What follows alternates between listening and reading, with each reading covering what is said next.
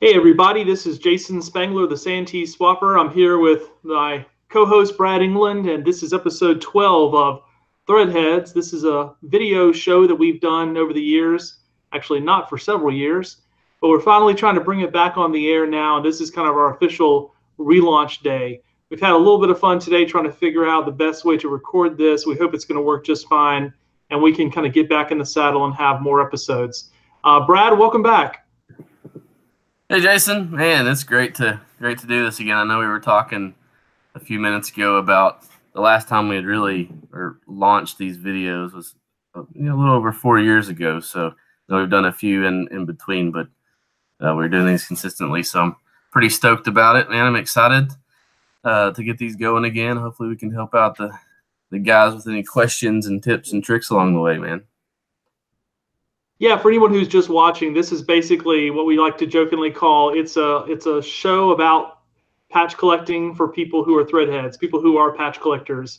You might even say it wouldn't hurt our feelings to call us patch nerds. I mean, this is like what we do. As my daughter likes to remind me, all you talk about is Boy Scouts, Dad, and that's kind of true.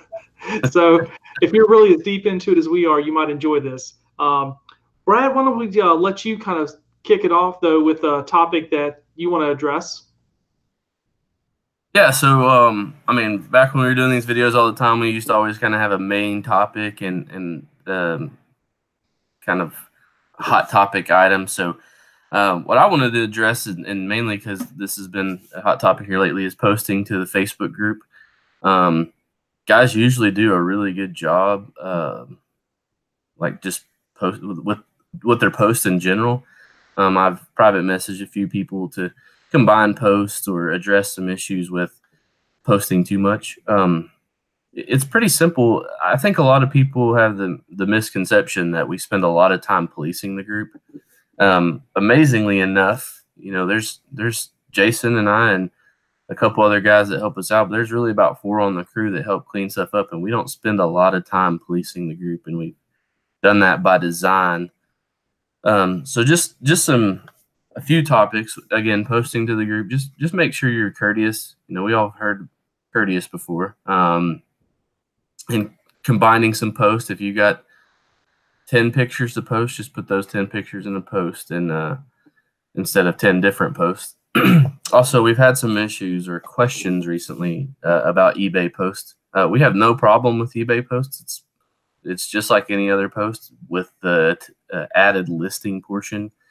Again, with those, we just kind of ask that people keep those to a minimum. Maybe one post every couple of hours if you need to, but just try to stay mindful that there's other people there. I mean, we've grown the group tremendously in the last several years. 17,000 people, and it's hard to scroll through everything. So, excuse me. Just the eBay posts, keeping those, just limited or and respectful to other people's posts. The other thing in regards to the postings is just making sure it's Scout Collector. There's other groups that are covering hot topics that are in scouting in general. There's other places to ask those questions. So because the group's so big with the postings and stuff, we just try to keep that limited to postings that have to do with collecting. And I know that Jason, we've talked about this before. We named it Scout Patch Collectors years ago without really thinking that it would be beyond patches into other collecting items, books, and just about every other Boy Scout item we could think of. We don't mind those posts either. Those are more than welcome. We were kind of obviously didn't ever think we would get to 17,000 members back when it was the 2 of us conversing about starting the group. So we kind of shortchanged ourselves in the beginning, but those posts are perfectly fine if you've got books or uniforms or paperwork that aren't cloth patches. Those are fine too. So And again, if you have any questions or anything, shoot those to Jason and I. The last thing I wanted to address was, for lack of a better term, I guess, fraud in the group, or any issues people are having with conducting trades.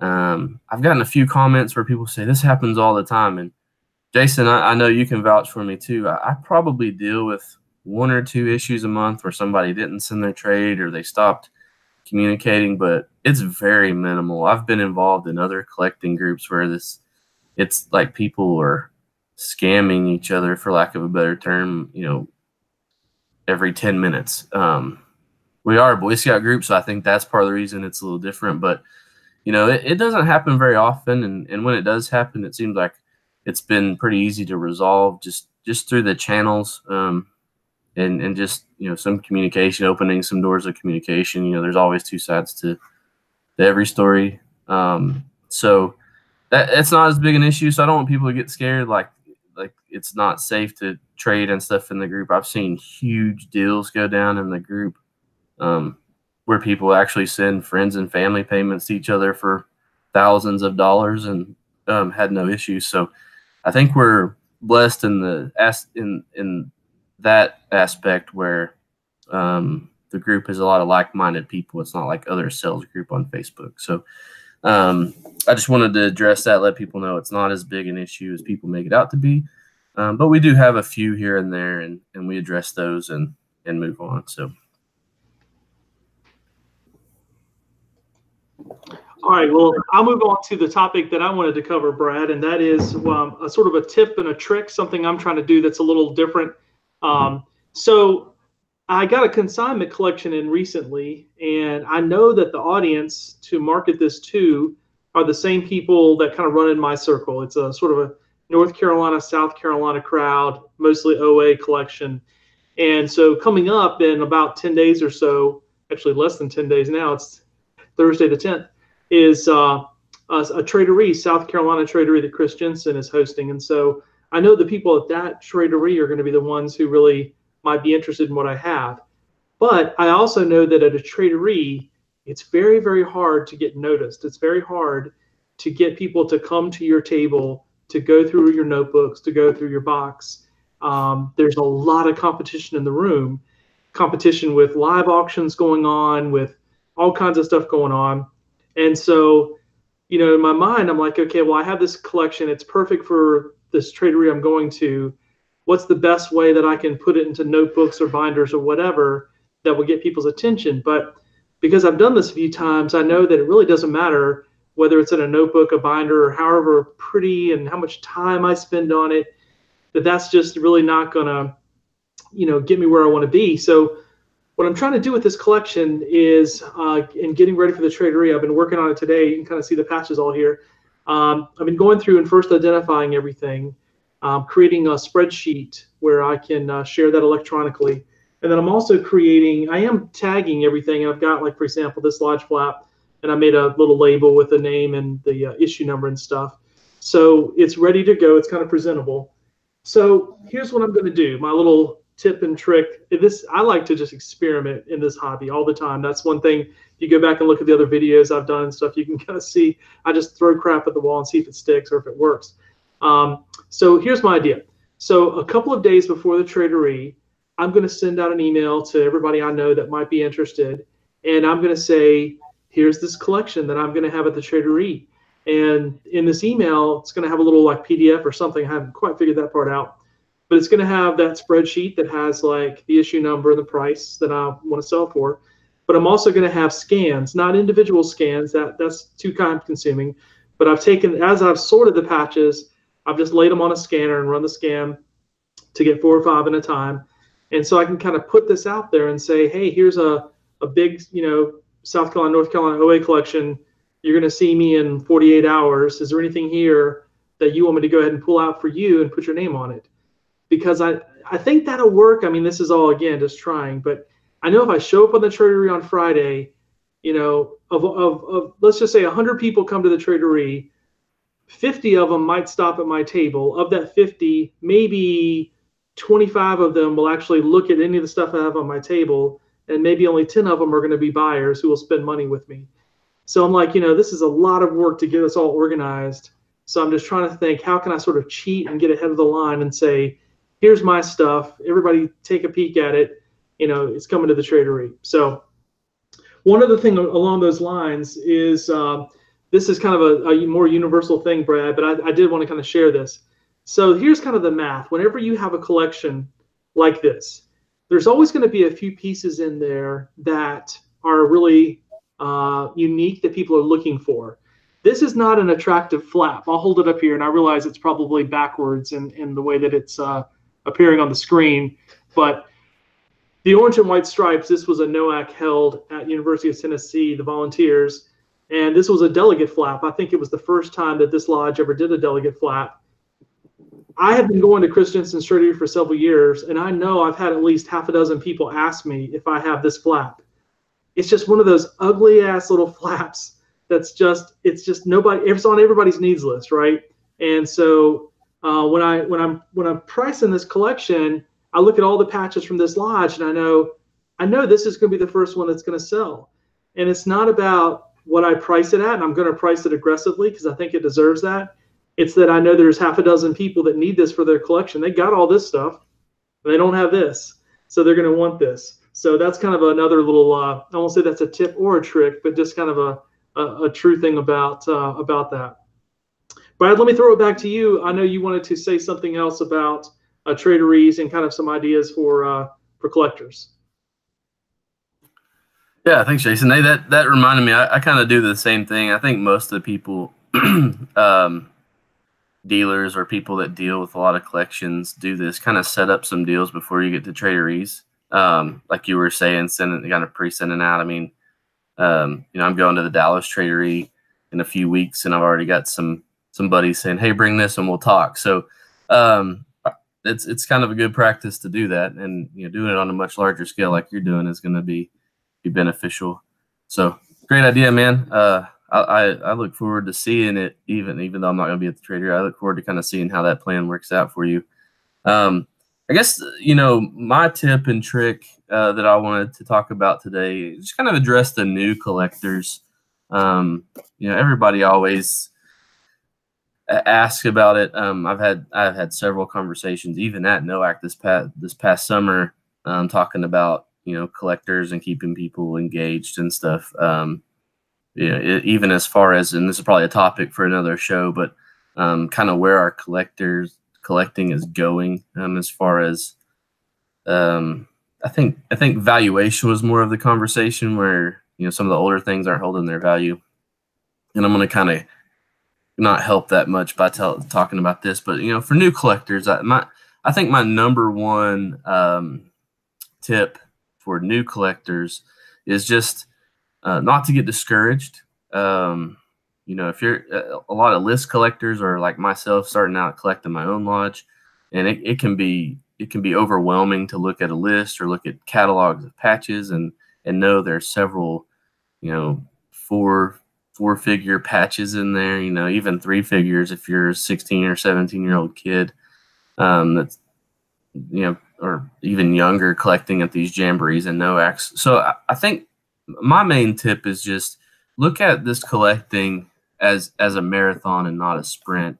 I mean, Jason, take a look at, us, for instance. We're to a 14 or 15-year-old, we're old guys, right? But there's guys we go to these traderies with that have been doing this collecting for 50, 60 years and are still looking for stuff. So I think the mentality going into collecting is collect what you like now. If you end up doing something where you're collecting an entire lodge or a council, just look at it as a long-term thing.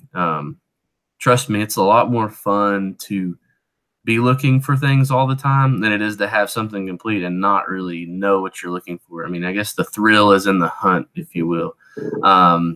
So yeah, just keep at it. When you get there, collect what you like now. Sometimes just trade to meet people.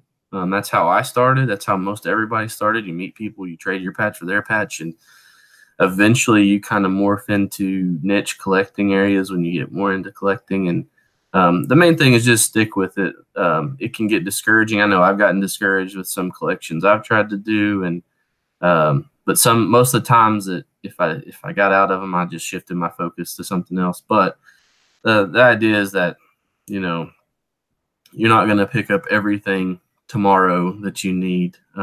It's getting a little easier than it's been in years past to find things because of I mean, Facebook has been a big game changer for it. You know, traderies are getting the word out a little better. The trading this last summer at NOAC was outrageous. It was crazy. I mean, enough so that if you read the threads, we couldn't fit into the trading areas, the restricted trading areas that set up on campus because there were so many people trading patches. So that's just a testament to the argument that, you know, collecting and trading is dying, because it is not. It's after being at NOAC, it's thriving. So again, young collectors, just keep plugging away. You know, you'll end up getting there, even if you've got a box of memories from an event you went to and had a blast at. I mean, that's what it's worth what it's worth to yourself. So just stick with it.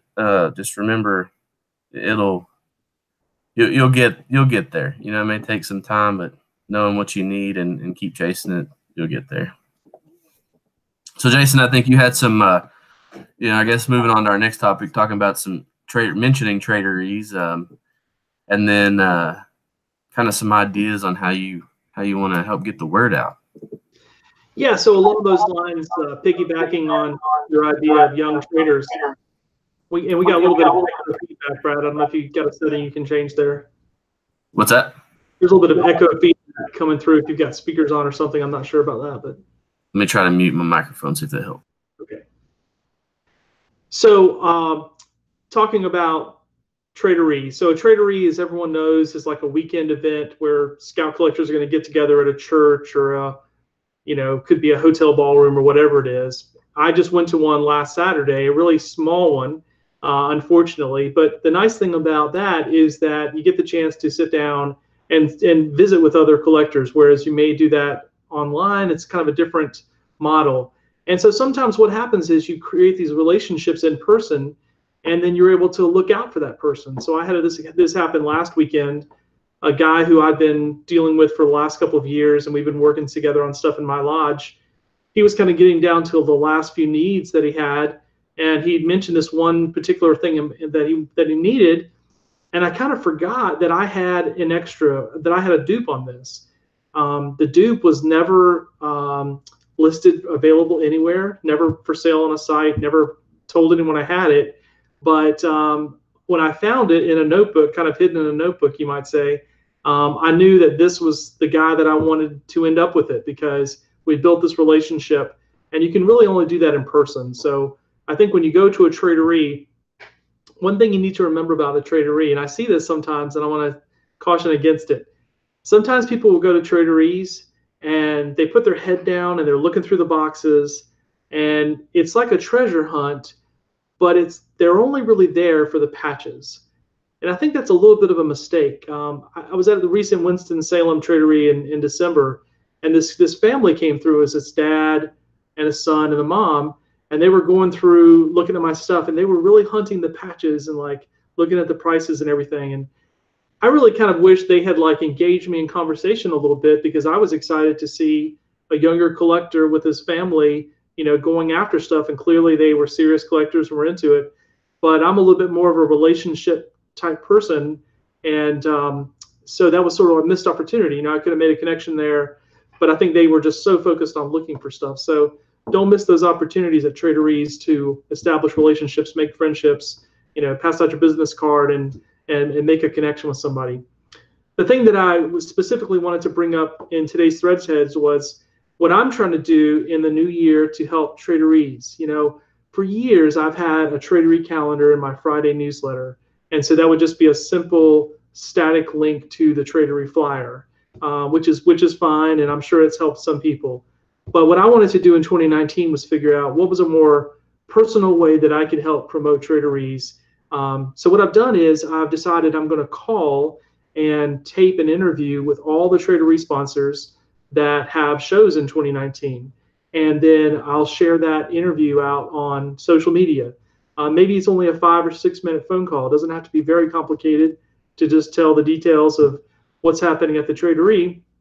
But already I've done several of these, and I've seems to find that that the Tradery sponsor appreciates the opportunity to get the word out a little bit more.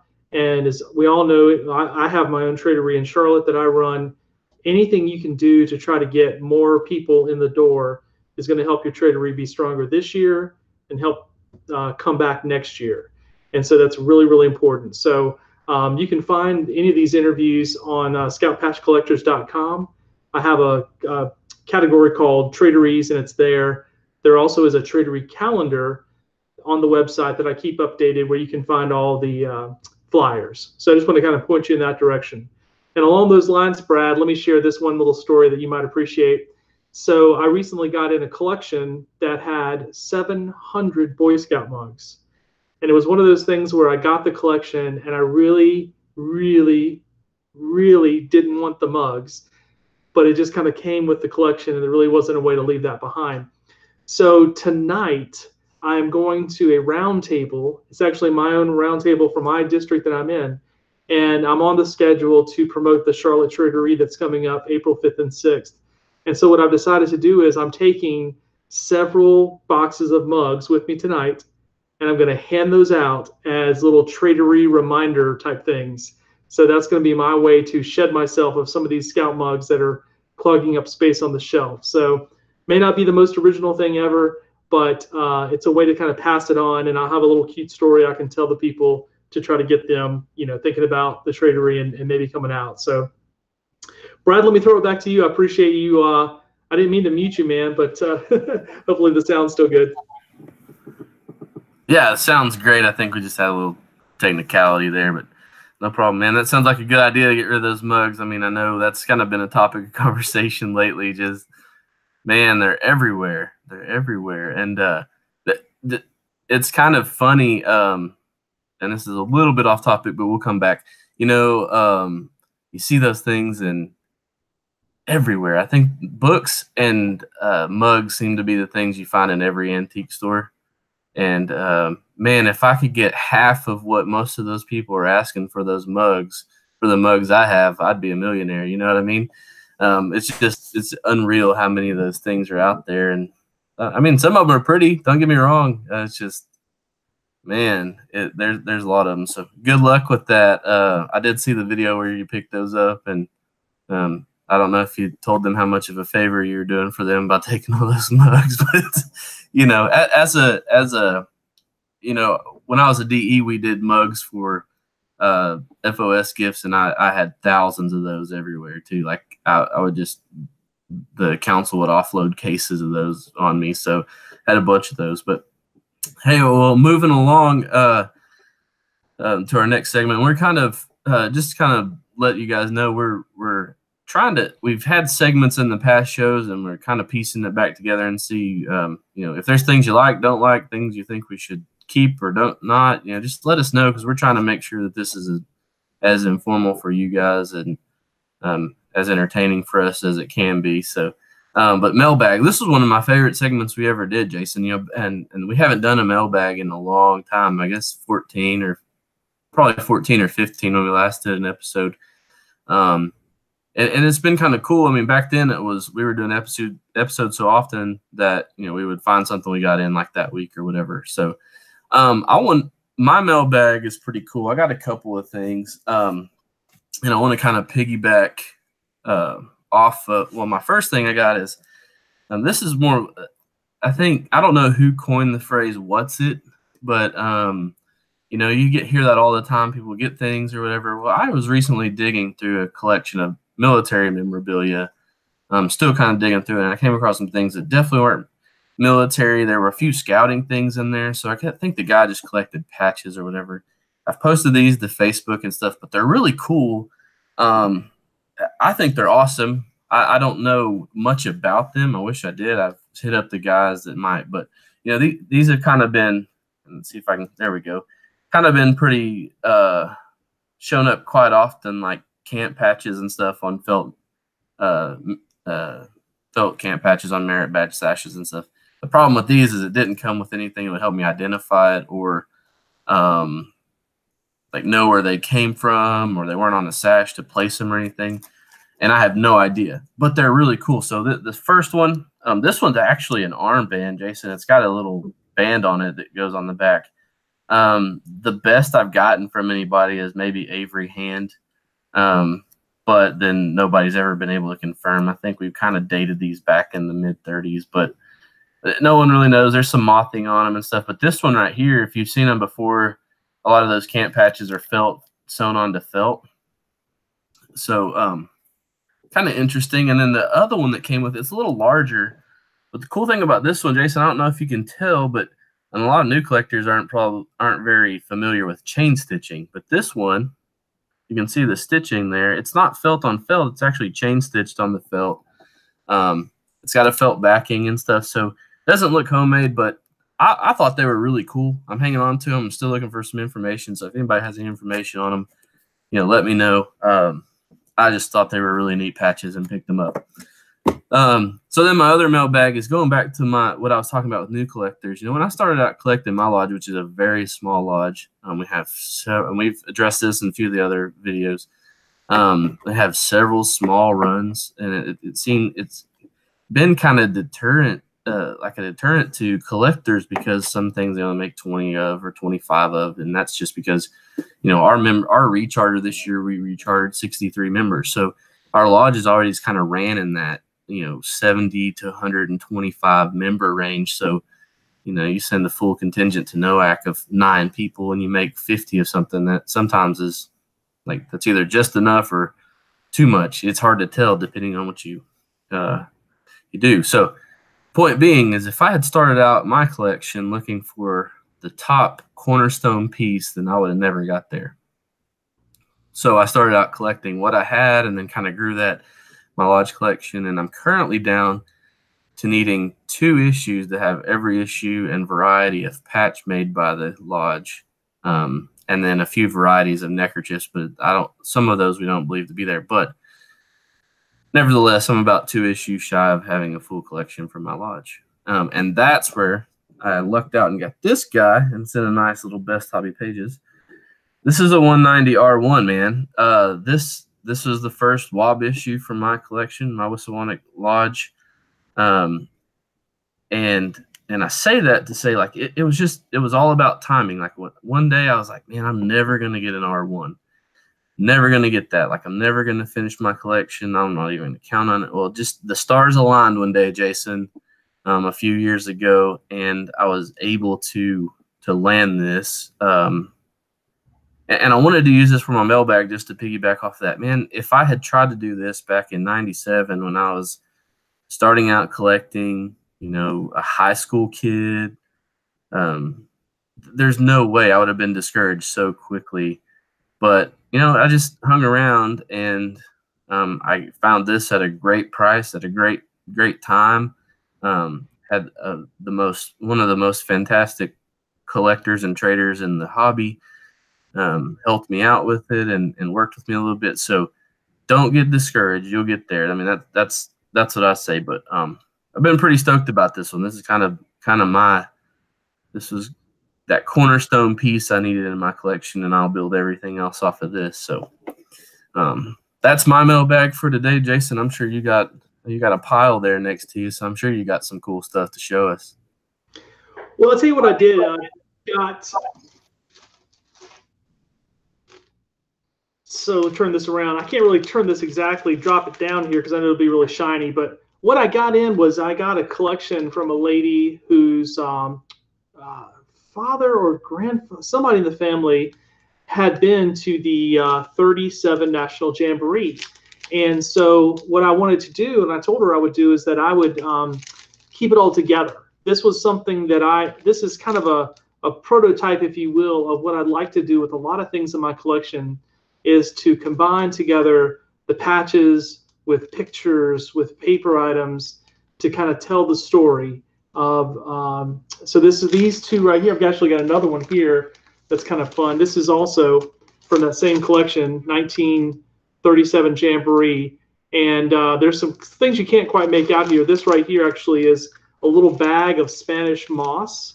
And so the scouts from Mississippi took Spanish moss, put in a little cellophane bags, and we're trading that. at the 37 Jamboree.